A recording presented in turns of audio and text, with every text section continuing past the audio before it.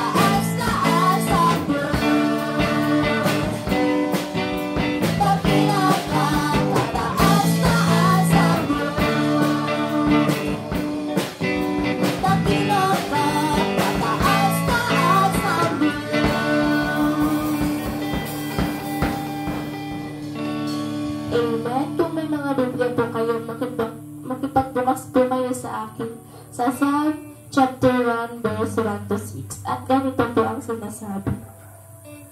Mabalad ang tao na hindi lumalakad sa payo ng masama, ni tumatayo man sa daan ng mga makasalanan, ni nauupo man sa upuan ng mga manglilibak.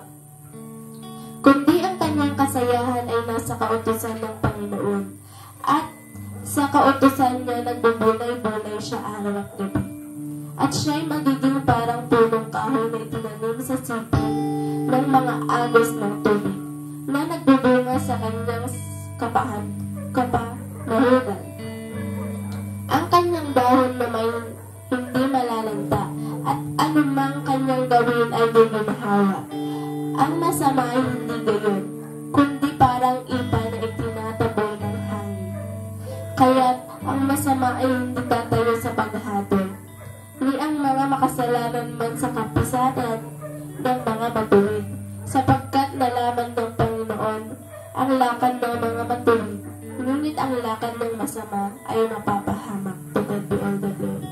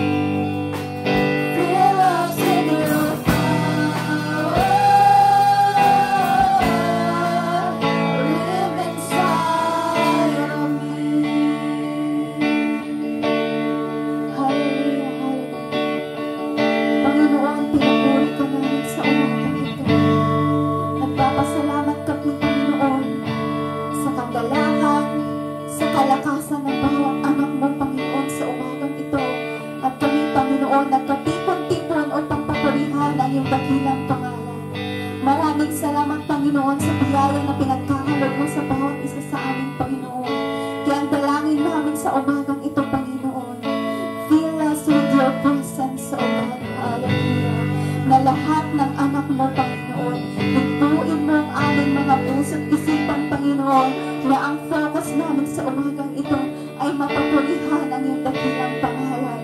Pagpalain mo, Panginoon, ang iyong lingkod na gagamitin mo, Panginoon, upang ipahayag ang iyong mga salita. Ganon din, Panginoon, ang bawat tenga na makakarinig ng iyong mga salita. Pagpalain mo, Panginoon, upang maitanim namin sa aming puso't isipan at magamit namin ito sa araw-araw namin pamumuhay, Panginoon. Pinagkakatiwala po namin sa inyo ang gawain namin sa umagang ito, Panginoon, na samahan mo po kami hanggang sa matapos ito ng Diyos. Maraming salamat, Panginoon, at tinataas po namin ang iyong dakilang pangalan. In Jesus' mighty name.